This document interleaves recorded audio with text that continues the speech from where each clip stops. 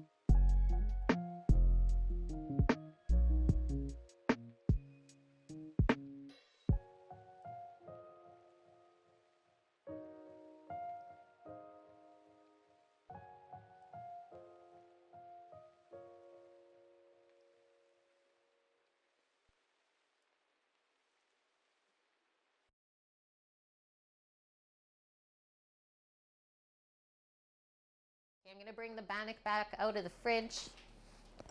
We're almost ready to get into it. And then it's frying time. So excited for this today. Yeah, there's no stickage happening. These are our little pieces. Really, really simple, unleavened bread that you make in one bowl. One bowl for the bread, one pot for the stew. Can't really beat that. Oh, Sammy says we're good. All right, let's pop outside full screen.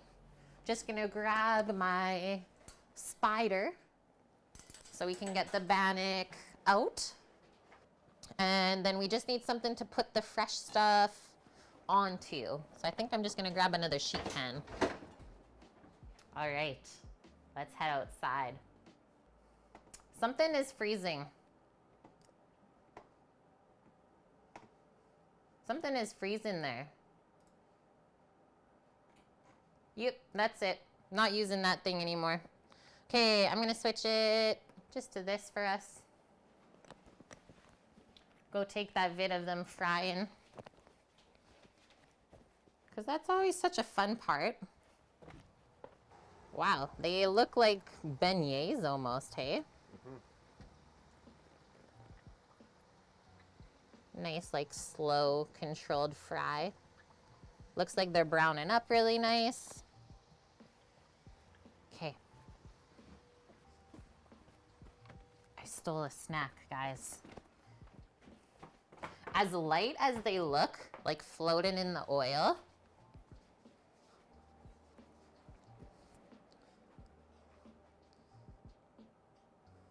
they feel very dense. Like, check this out. It's like a little, what we were talking on Ingrediology earlier today. How do we feel about Hot Pockets? Okay. Is that even gonna focus for us? No, it's not. Perfect. There. Woohoo!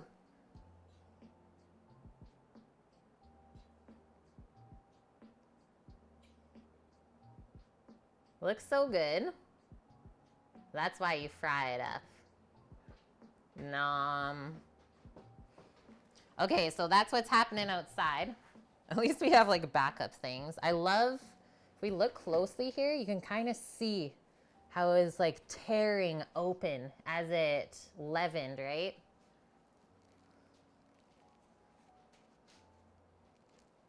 Whoa.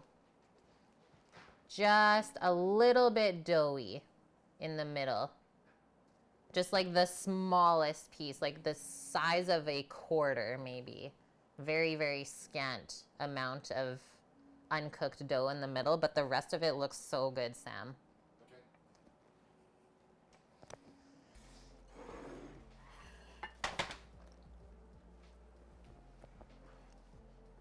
Okay. True that. Okay, let's stack them up. Yeah. A couple of these got a bit dark, but that's okay. I like crunch. Oh yeah, Sammy was testing just to make sure it was cooked through. Nom. So yeah, all of those little spongy pockets are what's gonna soak up the sauce. Let's make the bannock pile. Let's go check it out. The beef and the veggies. Holy, see how those kind of sunk down? Started soaking up the juices. They also added in a little bit of juice themselves.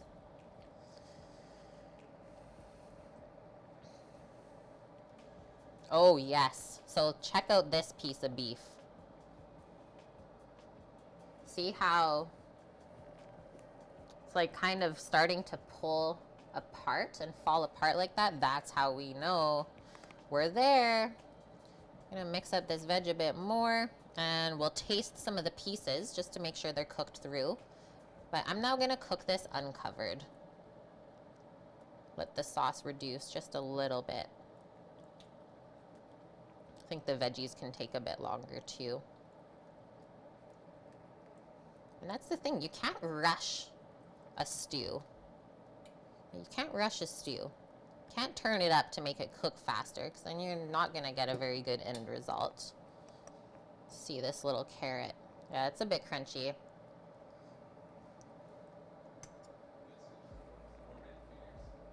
Yeah. Oh my gosh, stay on the fork. Okay, just popping that off a bit. Let's see where we're at. If you slit the middle, it helps keep it from getting doughy if your temps aren't great. So you slit it before you fry it then? And then that kind of pops it open. That is fair. That's a pretty crunchy carrot still. We need to watch this simmering. Just making sure that the veggies are submerged. Some pieces are, some pieces aren't. Push it all down. Okay. Amount of cornstarch. I'm gonna start with 2 tablespoons. And when we're making a slurry, we use cold water to mix into the cornstarch. And we only use enough water to make the cornstarch liquefied so we can pour it in. Because you have to think about the more water you add to make the slurry, kind of the more you're gonna have to thicken it, right? So this isn't gonna do anything to the flavor, just the texture. Yeah, exactly, Torino. He knows. So let's mix that up.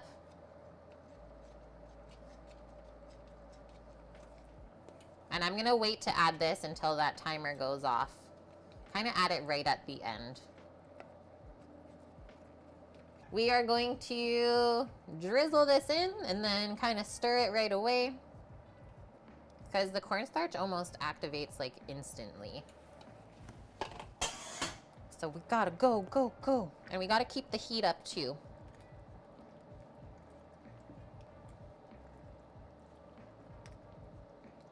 Whoa, do you see how the beef is starting to fall apart? Oh baby. The fine line between it being like perfect and kind of going past the point of braising, where it's like more of a pulled beef scenario. Whoa. Careful splashing the sauce. There's a bit of stickage in the middle here in my braiser, so I don't know what was going on there. It's kind of where it was the most amount of heat. Probably just a little bit of vegetable sugars and meat proteins, but that seems like the perfect amount of cornstarch slurry. I'll pop that away, let that kind of even out. I'm gonna do a little sprinkle of salt, but it really doesn't need much. We've added the salt in, what, 2 other stages? We salted the beef when we were cooking. We also added a bit of salt when we added the vegetables. And now this is the 3rd time. And when you are making dishes like this, it does help to salt in stages and kind of keep checking on it. It's nice to kind of taste how it transforms too over time. But even the veggies, you know they're done when they kind of get that glazy look on them, where it looks like they've soaked in some of the liquid, just coated in this lovely little sauce. Just whoa. That's all I'm gonna say. Take the bay leaf out. I always leave that for the other person to take out, Torino. I've done all the hard work already.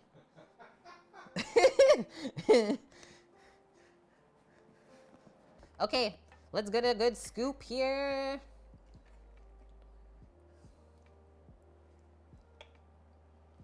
Oh.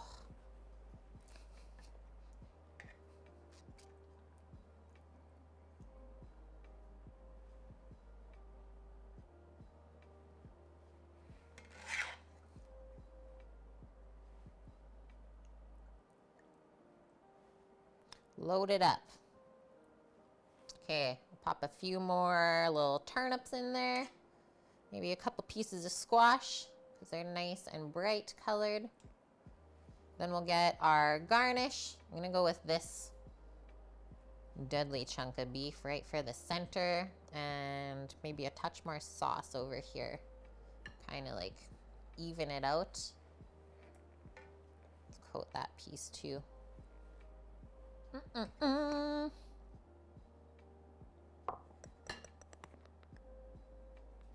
Get down there.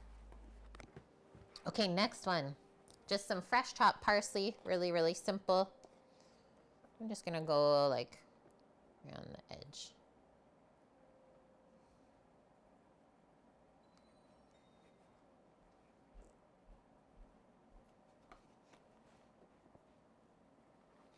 Nom nom nom.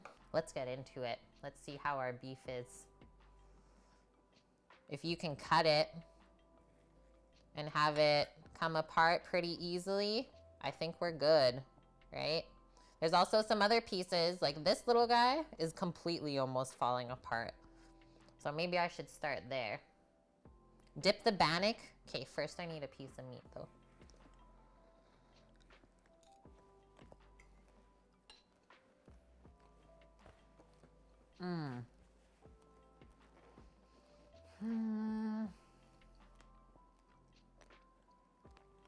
It's seriously just like melted, you guys.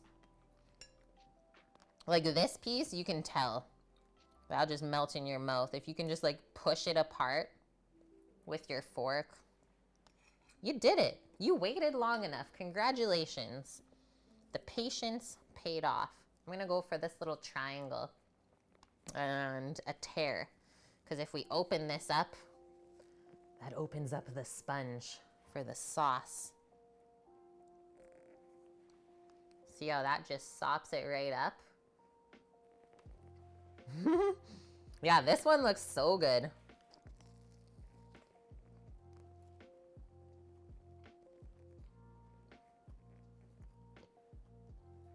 It's really good, dude.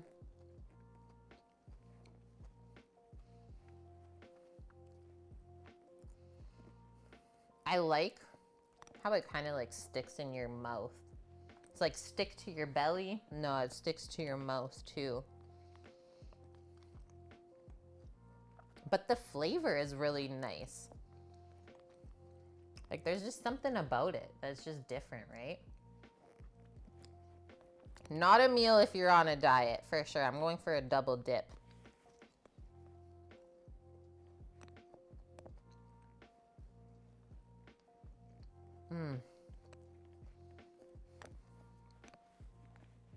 I was someone who grew up with bread and butter with my stew, and the potatoes were like in this mixture. So this is kind of perfect for me. A little bit of a variation, but it really is bringing me back to when I was little. Obviously, creamy mashed potatoes would be unreal with this. For sure not a diet thing, but like this mixture together is not bad. The one can of beer, by the time it's cooked out, like that's not really gonna hurt you. Then if you do an even mix of veg and protein, you're set up. It's an awesome one to meal prep too. Okay, look at this little mix. Some squash, some beef, some sauce. Bannock with homemade jam. Yeah, that's gonna be dessert. Also, Torino, I would like to try making the bannock next time with like a proper lard. Yeah. I'll pull out the beef fat from the freezer. Yeah. And this whole meal you can easily make for under $30. Yep, for sure. Unless you hunt, then you can use your wild caught game. Like I said, I really want to make this for our friend Zach. Yeah, look at this. It's just so shiny.